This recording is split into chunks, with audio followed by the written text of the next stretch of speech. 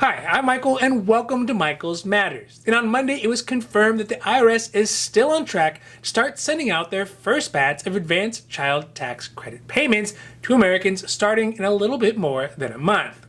These tax credits are a part of the American Rescue Plan that is meant to provide further support to families in need across the country. This support is a crucial part of the president's plan to try to get folks back on their feet, but also to ensure that there are enough resources for those communities that need just a little bit more time to get back to work. Now, of course, these tax credits are going to be a huge help and will be only magnified if indeed a fourth stimulus check actually makes it through the process before the midterm election season. But today we are talking about the IRS's progress on getting the new $300 a month child tax credit sent out to eligible families, when the payments should actually start reaching your bank accounts, who is eligible, and how folks who are not required to file taxes are still eligible for these new tax credits. Now, this is Michael's Matters, and before we move on, if you like this information, if you find it interesting, if you find it helpful, please don't forget to like and subscribe. That way you can get updates when our newest and most informative videos become available. So on Monday, the IRS announced that it has begun sending out letters to around 36 million American households to inform folks across the country that they'll be eligible for the new expanded child tax credits that'll start being paid out as of July 15th. Now, just a brief refresher, these child tax credits are going to be paid out in one of two ways. The first, and likely the most popular, is going to be on a monthly basis, and the second is as a lump sum. With these new child tax credits, households who have children who are under the age of 6 years old will be able to get a monthly advance of their tax credit up to $300 per child every month starting July through December. Then the remaining balance of the credit will be paid out when they file their taxes for 2021 and the first half of 2022.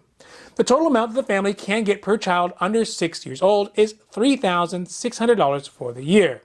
For children who are over the age of 6 years old but under the age of 17, the payment will be less at $250 per month per child, but will be paid out at the same time that they get all their payments for all the other children.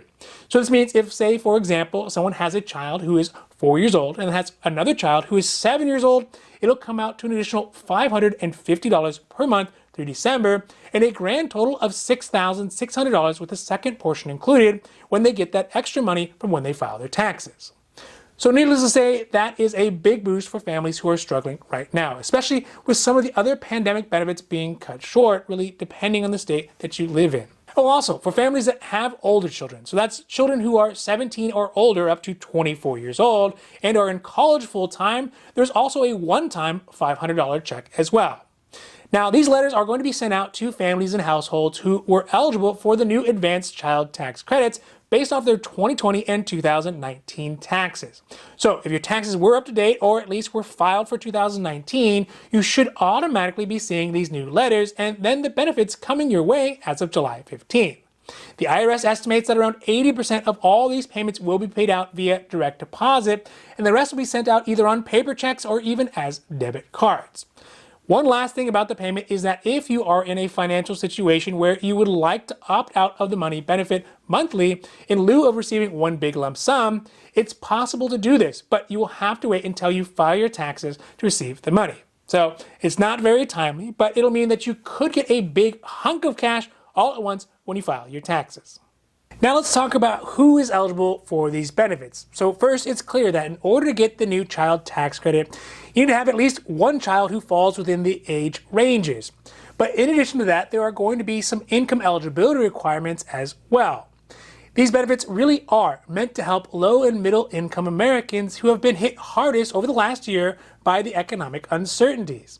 This means that for individuals who make over the income limits, they will start to see a phase out of the amount of the credit that they will be eligible for. The first income phase out amount starts at $75,000 a year worth of income, which is for single filers. Then for folks who file head of household, that amount goes up to $112,500 for a year worth of income. And lastly, for those who filed jointly, the income phase out amount will start at $150,000 a year.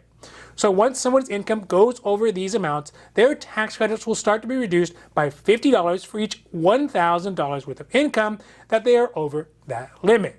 So for example, if a married couple has one child who is 4 years old and has income that is $160,000 for 2021, it means that instead of getting the full $3,600 of the new tax credit, they'd only be eligible for $3,100. This is because at $160,000, their income is above the $150,000 limit by $10,000. And since the credit drops $50 for every $1,000 over the income, 50 times 10 equals $500. So let's take a look at how that would actually play itself out. So if you have a family of two and you have a daughter who's 4 years old and their income is at $160,000.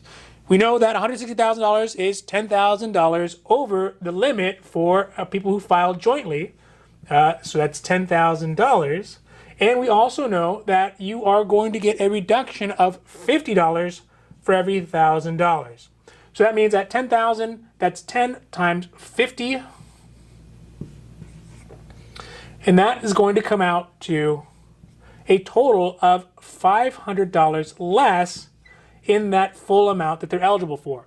So if the full amount is eligible for $3,600 for the household, for a normal household whose income threshold is below $150,000, minus that $500, it's pretty easy math. It comes out to $3,100 worth of child tax credit for the year once they reduce that $500. So that's going to be the amount that they're going to actually be eligible for if they make that income higher. Now, if their income is even higher, say 70 or 180, 190,000, it's going to keep reducing by that amount by each $1,000 that they have.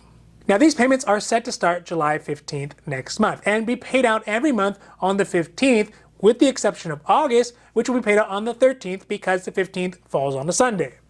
Now, the great thing about this tax additionally is that it is fully refundable, which means that in order to get the benefit, you don't actually have to have any income to report on your taxes. So even if you didn't earn any income at all, you can still claim the new higher child tax credit. These credits are going to be great for a lot of folks out there and can be even applied for a person who never even files taxes. This group is often overlooked because they are sort of off the IRS's radar, but that doesn't mean they haven't had to deal with the same financial hardships that all of us have had to deal with over the last year. So for anyone who doesn't normally file taxes or didn't in 2019 or 2020, there are going to be a couple of extra steps they're going to have to do in order to be able to receive the new child tax credits, but they're still able to get them. Starting July 1st, the IRS is going to create a new portal specifically for non-tax filers to report to the IRS the number of children who are in the household, the income, and the personal information that is necessary in order to receive the child tax credits.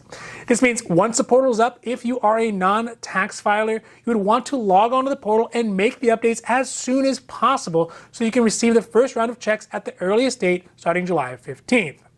On this portal, it is essentially a very simplified, a single sheet, one-time tax return that can be used to qualify for the child tax credit.